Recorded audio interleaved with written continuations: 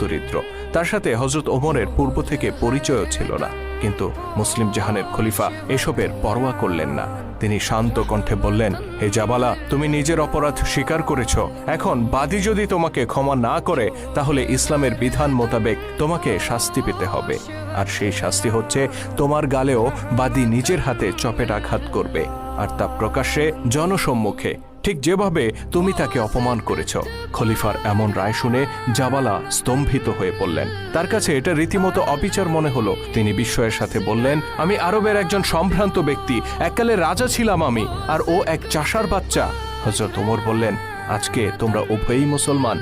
জাবালা উদ্ধত কণ্ঠে বললেন, যে ধর্ম রাজা প্রজায় পার্থক্য করতে জানে না, সম্ভ্রান্ত আর সাধারণ মানুষকে এক পাল্লায় মাপে, আমি সেই ধর্মের অনুসরণ করব না। ওই চাষা যদি আমাকে থাপ্পড় দেয়, তবে আমি ইসলাম ত্যাগ করব। হযরত ওমর রাদিয়াল্লাহু তাআলা আনহু এবার অত্যন্ত কঠোরভাবে তার জবাব দিলেন। তিনি বললেন, তোমার মতো হাজারো জাবালা যদি ইসলাম ত্যাগ করে চলে যায়, তবু আমি ওমর ইসলামের একটি ক্ষুদ্রতম বিধানকেও লঙ্ঘন করব না। অতঃপর খলিফার নির্দেশে বাদী ব্যক্তিটি প্রকাশ্যে শত শত মানুষের সামনে জাবালার গালে থাপ্পড় বসিয়ে দেন। জাবালা ক্রোধে চোখ লাল করে বাদীর দিকে একবার তাকালো, তারপর রাগে গড় গড় করতে করতে কাবা চত্বর ছেড়ে চলে গেল। অহংকারী জাবালা সত্যি ইসলাম ধর্ম ত্যাগ করেছিলেন। মূলত ইসলামের সাম্যের বাণী আর ভ্রাতৃত্ববোধ তার কাছে মূল্যহীন ছিল।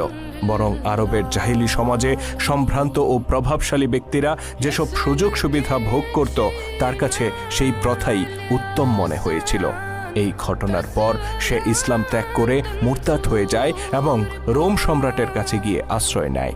জীবনের অবশিষ্ট দিনগুলো সে রোমেই অতিবাহিত করে বলে জানা যায়। শ্রোতা দর্শক, আজকে সারা পৃথিবীতে যখন দরিদ্রের উপর ধনীর বঞ্চনা,